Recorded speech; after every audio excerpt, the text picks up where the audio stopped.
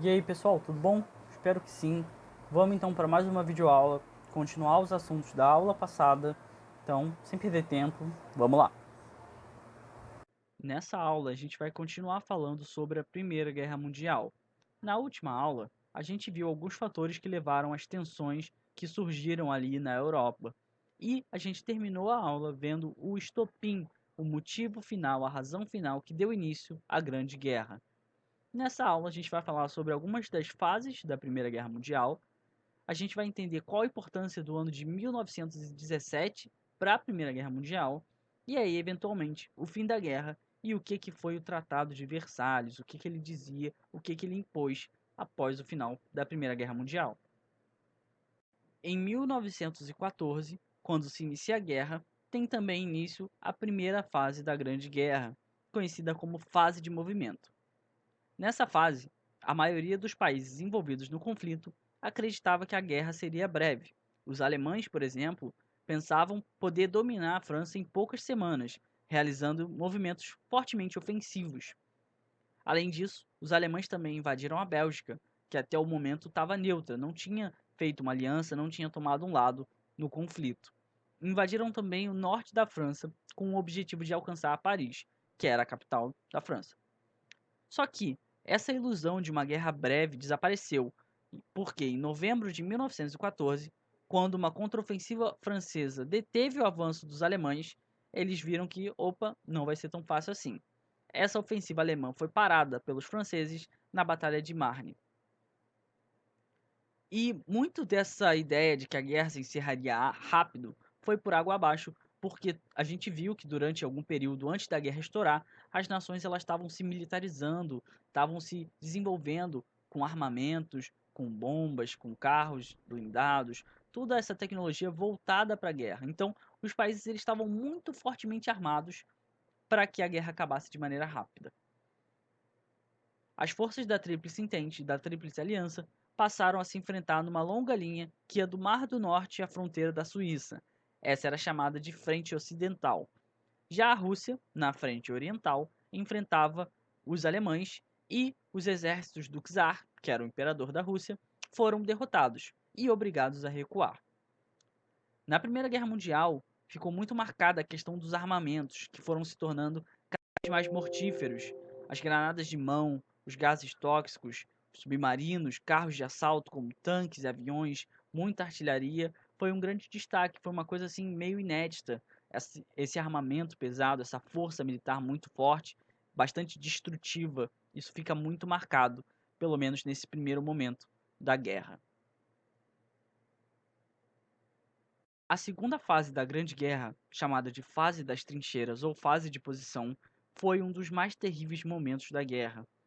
As trincheiras elas eram buracos cavados no chão, com túneis que ligavam esses caminhos, e eles cavavam, os exércitos inimigos cavavam uma trincheira de cada lado do campo de batalha, e eles ficavam intocados ali.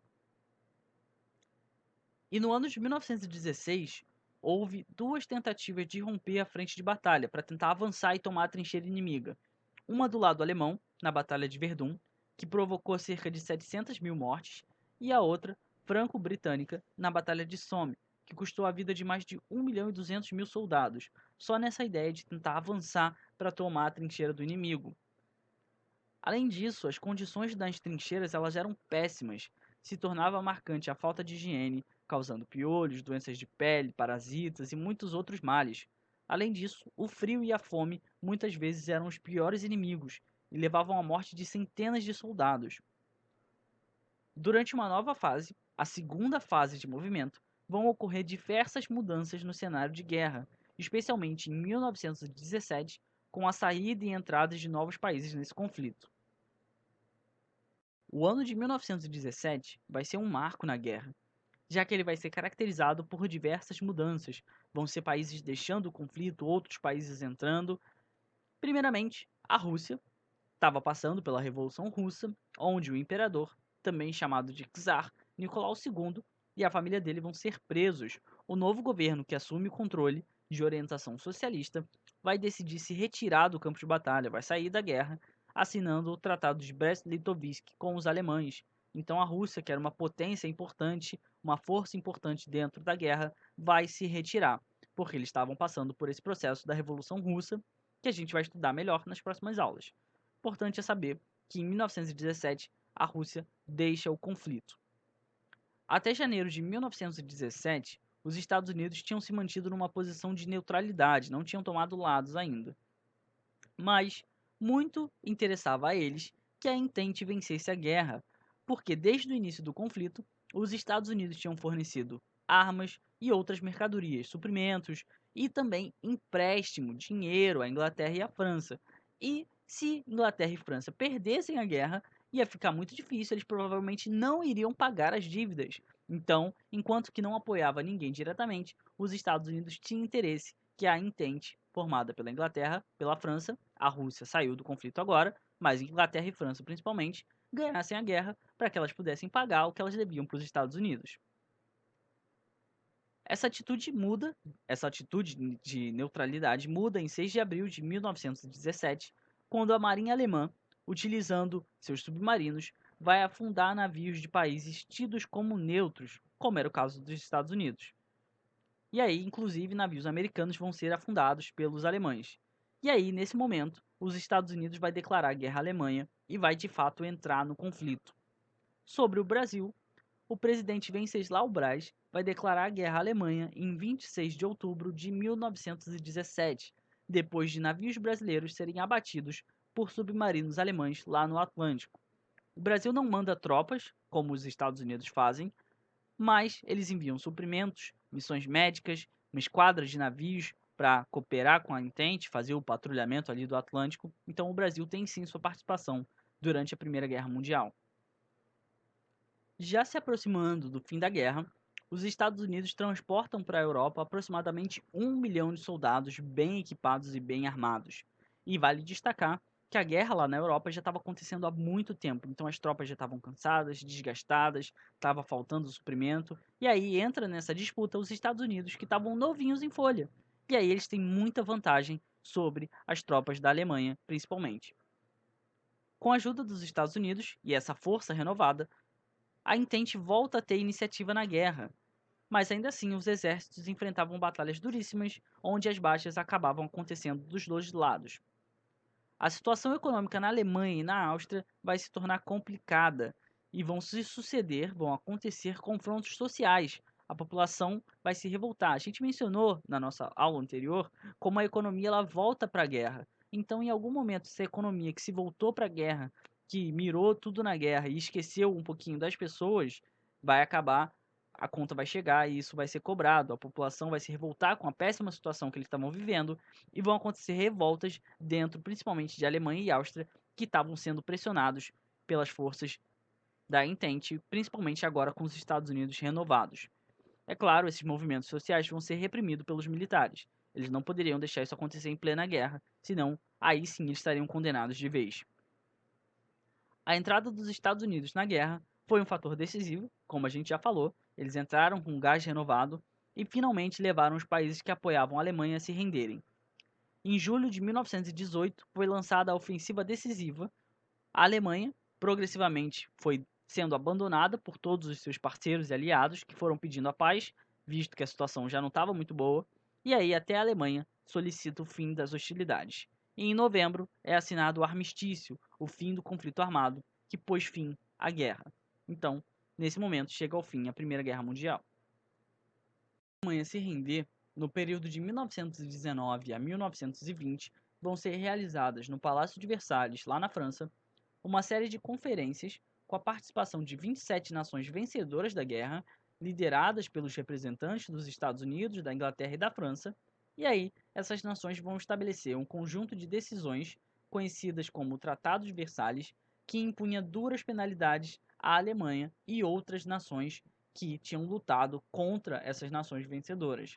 Mas pegou mais pesado ainda com a Alemanha, que tinha sido a última a se render, tinha sido o último foco de resistência da Grande Guerra. Dentre essas medidas do Tratado de Versalhes tinha reinstituir a Alsácia-Lorena à França. A França tinha perdido esse território algum tempo antes da Primeira Guerra Mundial, e aí vê essa oportunidade de retomar esse território através desse tratado. A Alemanha deveria ceder as minas de carvão de Saar à França por um prazo de 15 anos. Então, a Alemanha perderia essa importante fonte de recurso e de renda e entregaria para a França. A Alemanha também cederia as suas colônias, submarinos e navios mercantes à Inglaterra, França e Bélgica. Além disso, pagaria ao vencedor uma grandiosa quantia como indenização. Então a Alemanha pagaria dinheiro aos países que venceram a guerra como forma de indenização. Além disso, a Alemanha também deveria reduzir o seu poderio bélico, ou seja, reduzir a produção de armas, fica proibida de possuir força aérea e de fabricar armamentos e munições. Além disso, também reduziu o exército a menos de 100 mil homens, para garantir que ela não pudesse se reerguer pelo menos num primeiro momento e retomar o conflito. Para além da alteração no mapa político e de importantes mudanças no caráter social, a Grande Guerra teve consequências demográficas e econômicas no mundo todo. A gente fala de guerra mundial e se destaca muito o palco que foi a Europa, que foi o grande centro onde aconteceu a guerra, mas a gente também tem conflitos acontecendo pela África, disputas ali pelas colônias e por recursos, a gente tem disputa na Ásia, então ela é chamada de guerra mundial e muitos têm essa noção de Europa, a guerra aconteceu na Europa, mas ela se espalhou, ocorreram conflitos pelo mundo inteiro, por isso guerra mundial, por isso ela tem essa denominação. A gente tem que lembrar um pouquinho que aconteceram também conflitos na África, na Ásia e não só na Europa. É claro, a Europa foi o principal palco, foi o grande conflito. Teve aí aproximadamente 8 milhões de mortos e 6 milhões de inválidos só na Europa. A Europa também foi a mais atingida em termos materiais. Algumas regiões ficaram completamente destruídas, os campos destruídos, isso em toda a Europa. Mas foi pior ainda para a Alemanha, principalmente, que foi duramente penalizada pelo Tratado de Versalhes. Isso vai fazer com que surja na Alemanha um sentimento de revanche, um gosto ruim na boca, um sentimento meio amargo. Eles vão ficar com um remorso, com um ódio em relação ao restante do mundo por ter pego tão pesado com a Alemanha na declaração que foi o Tratado de Versalhes. Conforme a gente for estudando mais esses temas, a gente vai ver que a Primeira Guerra teve consequências diretas no que veio a seguir, inclusive a Segunda Guerra Mundial.